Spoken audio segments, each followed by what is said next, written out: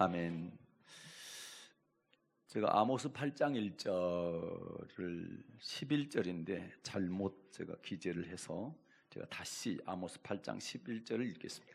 주 여호와께서 가라사대 보라 날이 이를지라 내가 기근을 땅에 보내리 양식이 없어 주림이 아니며 물이 없어 가람이 아니요 여호와의 말씀을 듣지 못한 기갈이라.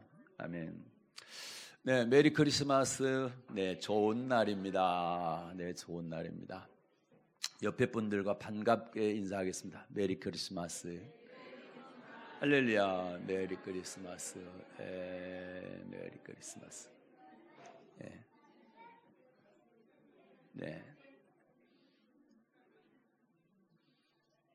우리 장모님하고 처제가 오셨습니다. 성탄절 예배드리기 위해서. 예, 감사하고요. 이따 인사하시길 바라고요. 네, 2025년 전 오늘입니다. 유대 땅 작은 고을, 아주 작은 고을입니다. 베들레헴에 하나님의 아들이신 예수님께서 마굿간에 태어나셨습니다. 거룩하신 분이 태어나셨다고 그래서 거룩할 성자, 탄생할 탄자에서 성탄이라고 말합니다. 예수님은 근본 하나님의 본체시지만 하나님과 동등됨을 취할 것으로 여기지 아니하시고 낮고 천한 인간의 모습으로 이 땅에 오셨습니다. 아무 죄가 없었음에도 불구하고 인류의 모든 죄를, 저와 여러분을 포함한 인류의 모든 죄를 짊어지시고 십자가에 못 박혀 죽으셨습니다. 저와 여러분은 이 예수님의 십자가의 은혜로 말미암아 죄에서 구원받고 거룩하신 하나님의 자녀들이 되었습니다. 정말 감격스러운 일이 아닐 수가 없습니다. 그런데 여러분, 성탄은요, 갑자기 찾아온 사건이 아닙니다. 어느 날 하늘에서 하나님께서 즉흥적으로 결정하신 그런 일이 아니라는 얘기입니다. 사도 바울을 통하여 하나님께서 분명히 말씀하시죠. 때가 참에 여자의 후손으로 나게 하셨다. 네, 때가 차니까 하나님께서 여자의 후손으로 보내신 것입니다. 하나님은 아무 때나 아들을 보내시지 아니하고 하나님은 그때를 기다리신 것입니다. 때가 찼을 때 아들을 보내주셨습니다. 하나님의 아들 예수님께서 오시던 그 시대 2000년 전입니다. 로마 제국이 온 세상을 지배하던 시대였습니다. 로마는 팍스 로마나, 그래서 팍스는 평화를 의미합니다. 로마나는 로마에 의한, 그래서 로마에 의한 평화를 부르짖었습니다. 그러나 좀 더 정확히 말하자면 자연스럽게 이루어진 그런 평화라기보다는 로마라고 하는 큰 나라의, 로마 제국이라고 하는 큰 나라의 어떤 군사력, 또 압도적인 군인들의 숫자, 또 통치 질서, 이런 것들을 통해서 유지된 평화였다라고 할 수가 있습니다. 겉으로는 전쟁이 줄고 모든 길은 로마로, 그래서 도로가 잘 가꾸어지고 치안이 잡히고 상업이 안정된 그런 평화 시대처럼 보였지만 그 이면에는 식민지의 억압이 있었고 또 강력한 군사 통제, 그리고 다른 민족들의 반란이 있을 때에 엄청난 잔혹한 진압이 있었던 것입니다. 그래서 팍스 로마나는 정의로운 평화라기보다는 힘에 의해서 유지된 그런 평화였다, 이렇게 말할 수가 있습니다.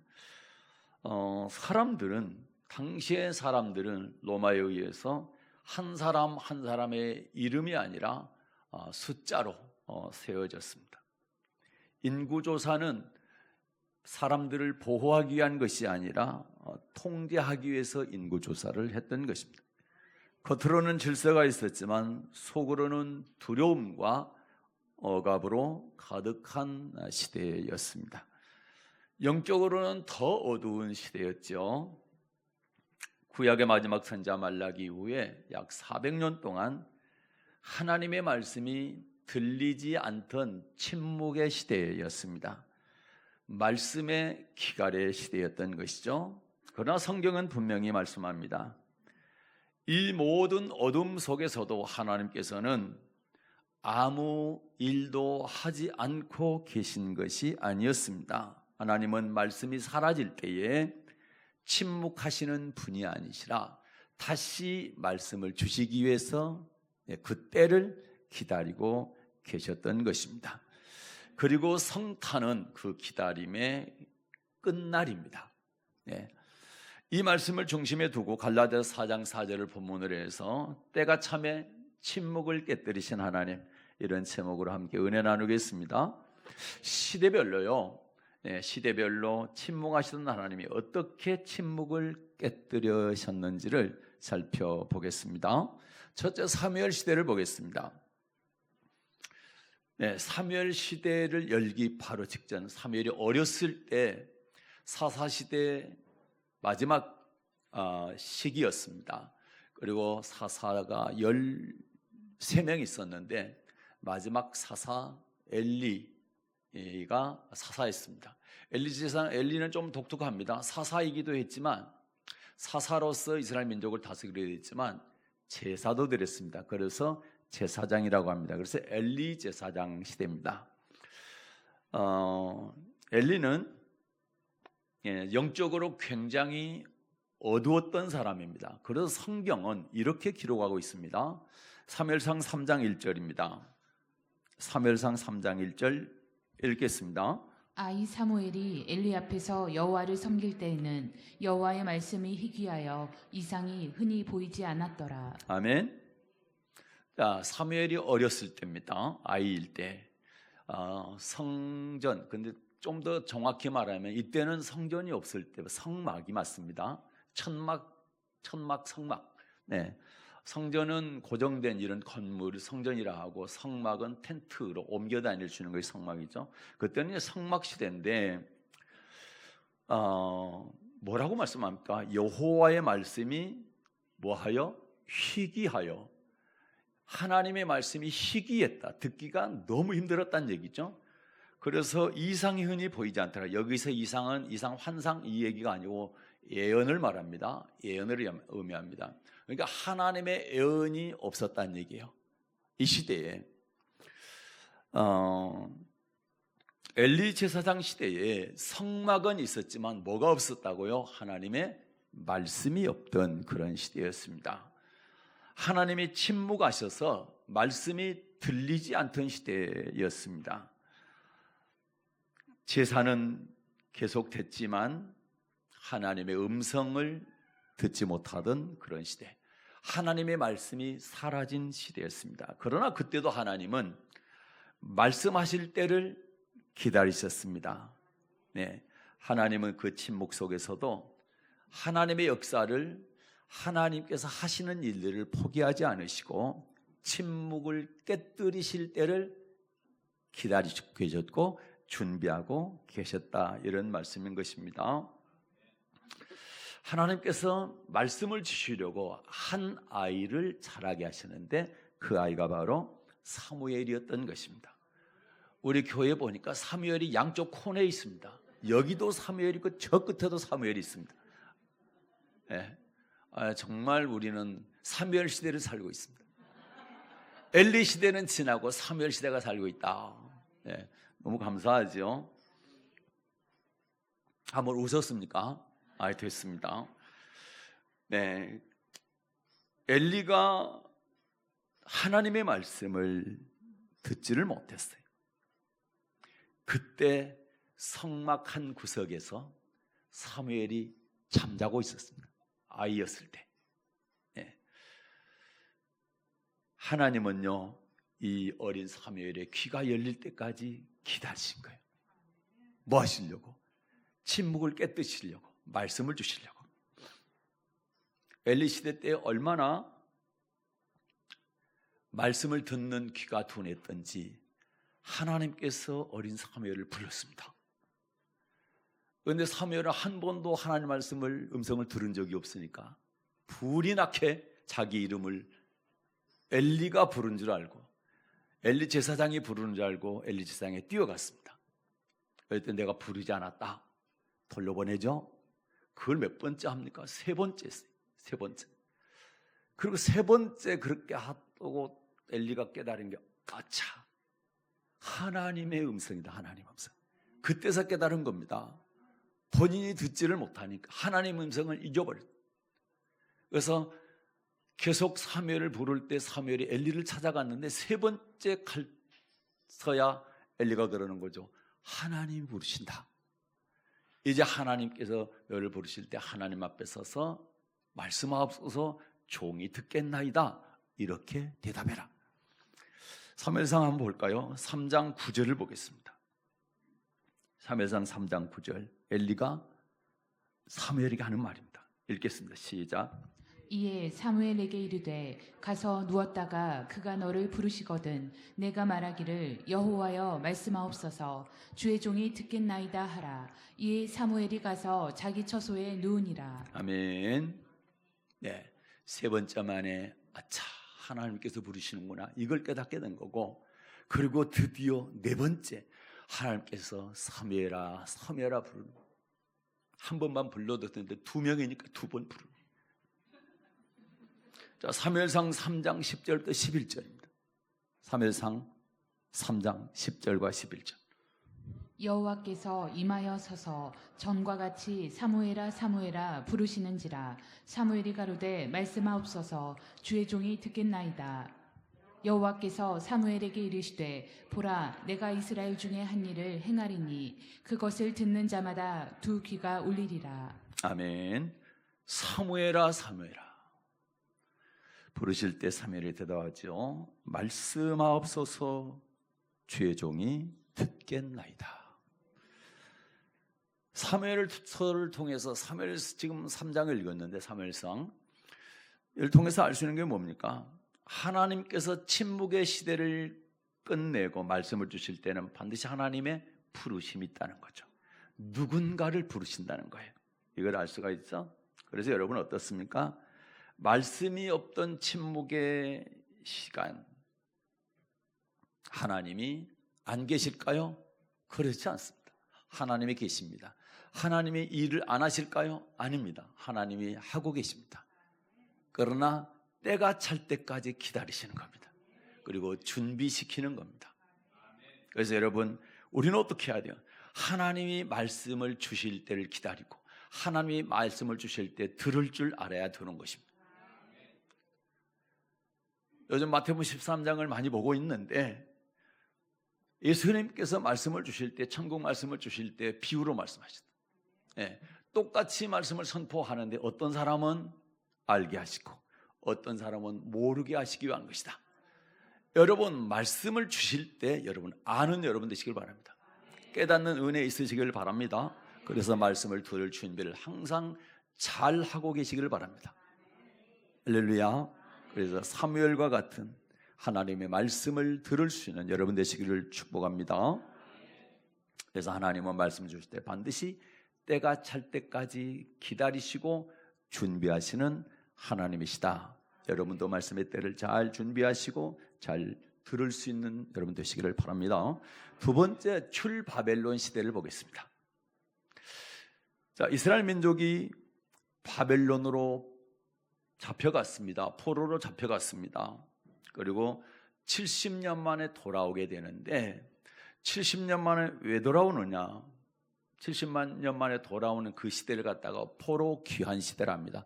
포로에서 다시 귀환한다 그래서 포로 귀환 시대인데 3차에 걸쳐서 돌아오게 됩니다. 첫째는 스룹바벨을 통해서, 두 번째는 에스라를 통해서, 그 다음에 느헤미야를 통해서 이렇게 세 번에 걸쳐서 돌아오게 됐죠.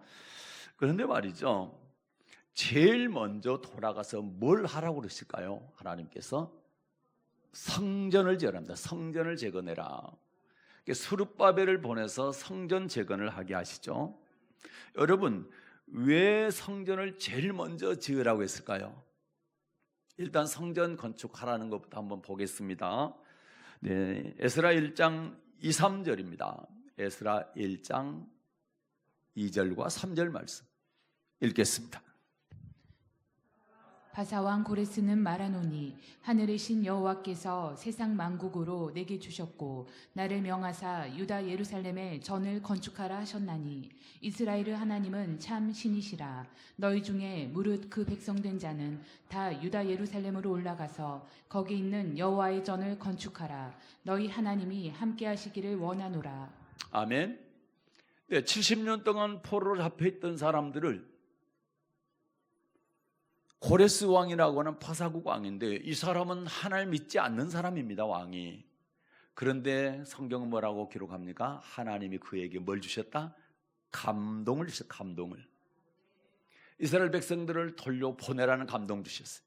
그냥 돌려보내지 말고 저들이 올라가서 성전을 지을 수 있도록 모든 자재를 다 준비시켜서 저들에게 들려보내라. 뭐 하라고요? 성전을 건축하라고. 참 하나님 대단하십니다. 그러면 우리가 생각해 봐야 돼. 아니 왜 70년 만에 다시 돌아가는데 집 지으란 말도 아니고 학교 지으란 말도 아니고 왜 제일 먼저 가자마자 성전을 지으라 했을까? 하나님께서요 준비시키는 거예요. 침묵의 때를 깨뜨리고요 말씀을 주시기 위해서 성전을 건축하라 한 거예요. 여러분, 그래서 말씀은 어디서 주시는 거예요? 성전. 그래서 진리의 기둥과 터가 교회입니다. 진리가 말씀인 거예요. 그리고 교회는, 성전은 기도하는 집입니다. 그래서 기도하고 말씀을 받기 위해서 성전이 필요하다. 그래서 제일 먼저 너희들이 가서 성전을 지어라. 그렇게 말씀하신 거예요. 이게 이제 스룹바벨을 통해서 그러고, 두 번째 누구를 통해서? 자, 에스라라고 하는 선자를 통해서 2차 귀환하게 합니다. 그러면 성전이 지어지니까 에스라가 가서 뭐 했을까요? 눈치채셨죠? 아, 이거 못 챘습니까? 성전을 통해서 뭘 주신다고요? 그러면 에스라 선자를 통해서 뭘 주실까? 말씀을 주세요. 참 하나님 참 정확하시고 대단하신 분입니다. 자, 느헤미야서 봅니다. 느헤미야서 8장 1절부터 3절 보겠습니다. 느헤미야서 8장 1절부터 3절. 이스라엘 자손이 그 본성에 거하였더니 7월에 이르러는 모든 백성이 일제히 수문 앞 광장에 모여 학사 에스라에게 여호와께서 이스라엘에게 명하신 모세의 율법책을 가지고 오기를 청하매 7월 1일에 제사장 에스라가 율법책을 가지고 남자 여자 무릇 알아들을 만한 회중 앞에 이르러 수문 앞 광장에서 새벽부터 오전까지 남자 여자 무릇 알아들을 만한 자의 앞에서 읽음에 뭇 백성이 그 율법책에 귀를 기울였는데. 아멘. 네, 에스라가 율법에 능통한 자입니다. 율법을 연구하는 학자. 그가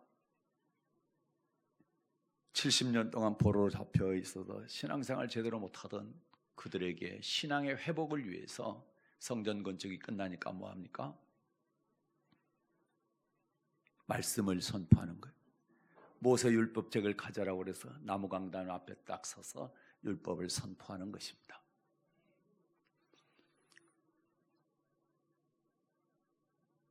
그래서 여러분, 포로로 잡혀가서 신앙생활 제대로 하지 못하죠.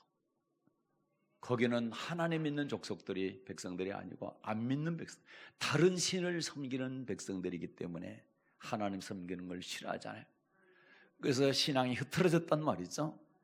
그런데 하나님께서는 뭐 하셨어요? 침묵하시는 그 기간 동안에 일하고 계셨다. 작업하고 계셨다. 하나님을 믿지 않는 고레스 왕을 통해서 이스라엘 백성 돌려보내게 하고, 돌아가면 반드시 성전을 제일 먼저 짓게 해라. 그래서 성전을 지을 수 있는 모든 자재를 다 보냅니다. 성전을 짓게 됩니다. 중단이 됐습니다. 또 선지자 학계를 보내서, 스가랴를 보내서 성전 재건하다가 중단하는 것이 웬일이냐? 네 집은 잘 리모델링하면서 왜 성전이 황폐한데 가만히 있느냐? 그렇게 해서 다시 성전을 14년 만에 재건하게 하고 성전이 건축이 되어지죠. 그래서 하나님은 누구를 보냈다고요? 에스라를 보냈습니다. 그리고 말씀을 선포하게 하시는 겁니다. 하나님은 침묵하실 때 뭐 하신다? 준비하고 계신다. 때가 찰 때까지 기다리시고 준비하시고 때가 차면 말씀을 주셔서 우리를 회복시켜 주신다는 사실을 믿으시기 바랍니다. 그 다음에 세 번째, 이제 신약 시대로 갑니다.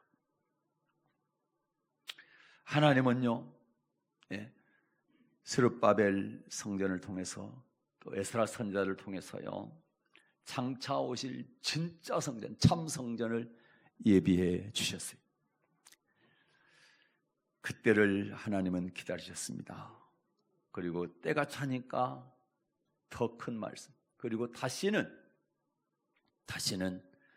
선지자가 필요 없는 분을 보내신 거예요. 그분이 바로 예수입니다. 그분이 바로 2025년 전 베들레헴 마구간에서 태어나신 예수 그리스도. 갈라디아서 4장 4절 보겠습니다. 갈라디아서 4장 4절. 때가 참에 하나님이 그 아들을 보내사 여자에게서 나게 하시고 율법 아래 나게 하신 것은. 아멘. 때가 참에 하나님이 그 아들을 나게 하셨다. 하나님이 이 때를 기다리신 겁니다. 그리고 준비시키신 거예요. 그래서 성탄은요, 예수님이 오신 이 성탄은 하나님의 최종 응답인 것입니다. 구약의 선지 아모스를 통해서 이런 말씀을 하셨죠. 8장 11절. 아모스 8장 11절입니다. 같이 읽겠습니다. 주 여호와께서 가라사대 보라 날이 이를지라 내가 기근을 땅에 보내리니 양식이 없어 주림이 아니며 물이 없어 가람이 아니요 여호와의 말씀을 듣지 못한 기갈이라. 아멘. 양식이 없는 기근도 아니고 물이 없는 기근도 아니고 뭐가 없는 기갈? 말씀이 없는 기갈. 이런 시대가 여러분 말라기 시대에 말라기 선지자 시대 이후에 400년 동안 하나님은 한 말씀도 안 하셨습니다. 침묵하셨어요. 입을 꼭 닫으셨어요. 말씀의 기갈의 시대가 400년 이상 이어졌습니다. 아모스 선지자를 통해서 하신 말씀이 그대로 이루어진 거죠. 그러나 바로 그때 하나님은 사도 바울을 통해서 이렇게 예언하신 거예요. 다시 한번요. 갈라디아서 4장 4절 시작. 때가 참에 하나님이 그 아들을 보내사 여자에게서 나게 하시고 율법 아래 나게 하신 것은. 아멘. 때가 참에 하나님이 그 아들을 보내사 여자에게서 나게 하시고, 여자에게서 나게 하셨다면 창세기 3장 15절의 말씀을 이루시는 겁니다.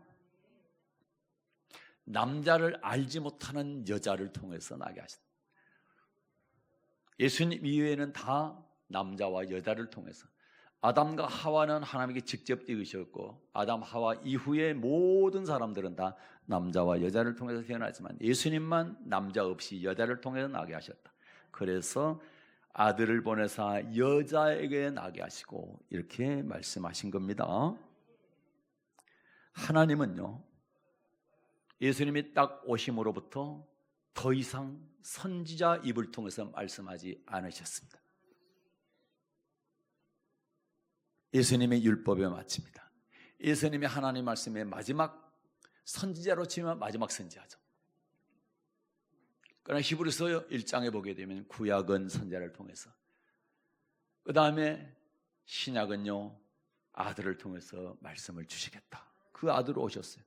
그 다음에는 선지자가 없는 겁니다. 그래서 직통 대신에 있을 수가 없는 거예요. 예수님의 말씀이 마지막. 로마서 10장 4절 보겠습니다. 로마서 10장 4절. 그리스도는 모든 믿는 자에게 의를 이루기 위하여 율법의 마침이 되시니라. 아멘. 그리스도는 모든 사람의 의를 이루기 위하여 율법의 마침이 됐다. 율법이 끝났다는 얘기가 아니라 구약의 율법 끝났다 그런 뜻이 아니고 예수님을 통해서 신약의 율법이 선포됐는데 그 율법으로 마지막 율법이 끝났다. 하나님께서 우리에게 주실 모든 말씀은 예수님을 통해서 끝났다는, 더 이상 우리에게 주실 말씀. 그래서 성경에 기록된 모든 것은 완벽하게 우리를 천국으로 인도하실 수 있는 말씀이다. 이렇게 믿으시기를 바랍니다.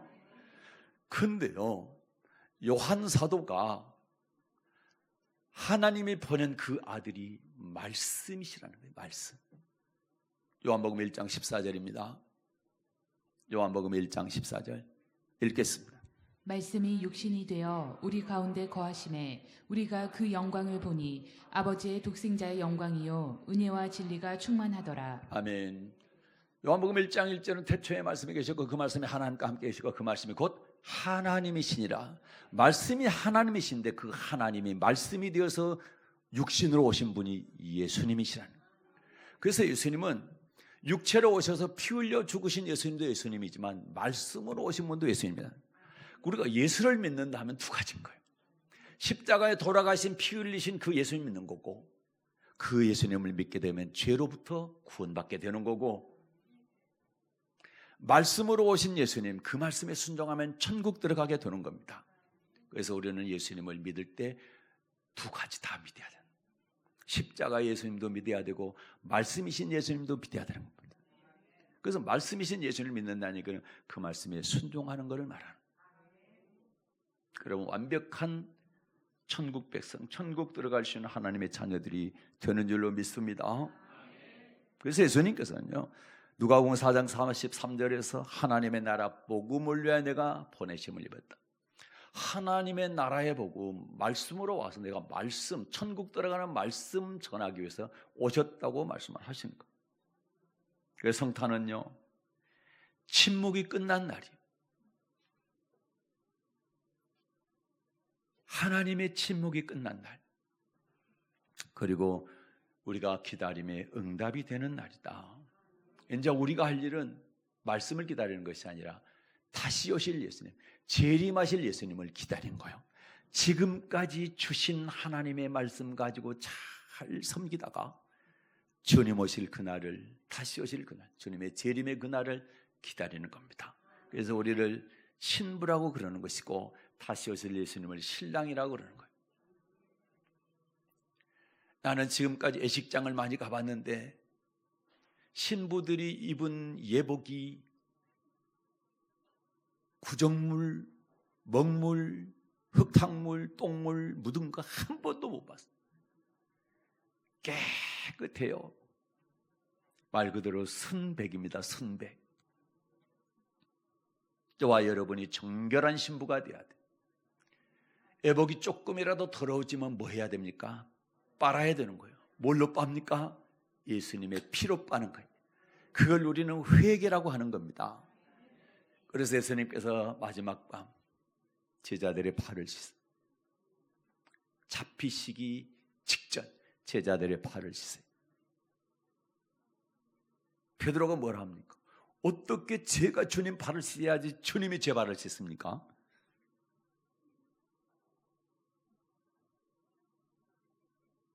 만약에 내가 네 발을 씻지 않으면 너는 나와 상관이 없다. 여러분, 예수님께서 우리의 발을 씻지 않으면 상관이 없다.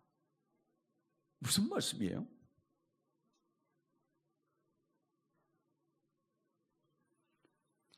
거기서 설명을, 여러분, 목욕은 한번 회심하는 걸 말합니다. 예수 믿는 걸 말하고, 발을 씻는 거는 그때그때 죄를 씻는 걸 말해요.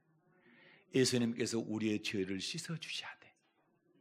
그러려면 뭐 해야 됩니까? 회개해야 되는 거예요. 그러면 우리 예복이 깨끗해지는 겁니다. 예복의 의미는 뭡니까? 계시록 19장에 보니까 성도들의 행실이다. 그래서 여러분과 저는 거룩한 행실, 정결한 행실, 깨끗한 행실, 주님의 말씀대로 살아가는 그런 삶을 살아갈 때 정결한 신부가 되어서 거룩하신 신랑을 맞이할 수가 있는 줄로 믿으시기 바랍니다. 말씀을 정리하고 마칩니다. 성탄은요, 단지 한 아기의 탄생이 아닙니다. 성탄은 하나님께 더 이상 침묵하지 않으시고 우리에게 말씀으로 임하신 예수님을 보내신 날. 첫째는 죄에서 구원이지만 두 번째는 말씀이신 예수를 믿는 것, 그분의 말씀에 순종하는 겁니다. 저와 여러분은 초림 예수를 기다리는 게 아니에요. 이미 초림하셨고 그분에 의해서 우리가 죄를 씻음받고 하나님의 자녀가 되었고 이제는 재림하실 예수님을 기다립니다. 그러려면 어떻게 해야 됩니까? 늘 우리의 두루마기를, 예복을 깨끗이 빨아야 돼요. 회개하면서 또는 발을 씻으면서 그러면서 그분의 말씀으로 오신 그분의 말씀에 순종하면서 살아가게 될 때 최고의 재림의 그날 우리가 맞이하게 될 겁니다. 그날은 두 부류로 나눠집니다. 한 부류는 그날이 크고 두려운 날이 될 거고 통곡하는 날이 될 거고 잘 준비한 사람들은 그날이 크고 영화로운 날이 될 것이다. 여러분 엘리 시대에 사무엘을 부르셨습니다. 포로 이후에 에스라를 부르셨습니다. 그리고 말씀을 주셨습니다. 말라기 이후 400년 동안 침묵하시다가 하나님이 침묵을 깨뜨리시고 말씀이신 예수님을 보내셨습니다. 그리고 너희의 의를 위하여 율법의 마침이 되었느니라. 이제 다른 말씀 듣지 마라. 내 사랑하는 아들의 말 들으라. 그리고 다시 내 아들을 보낼 건데 그때 잘 맞이할 수 있는 너희들 되거라. 이것이 오늘 성탄절에 여러분에게 주시는 말씀인 줄로 믿으시고 성탄은 그 기다림의 끝날이고 말씀이 오신 날이다. 그분을 정말 사랑한다면 그분의 말씀에 순종하고 날마다 예복을 깨끗하게 빨아서 준비해서 그분을 맞이할 수 있는 최고의 복된 자, 그리고 그분 오셨을 때 그날이 여러분에게 통곡의 날이 아니라 영화로운 날이 되시기를 주님의 이름으로 축복합니다. 은혜로우신 하나님 아버지 감사합니다.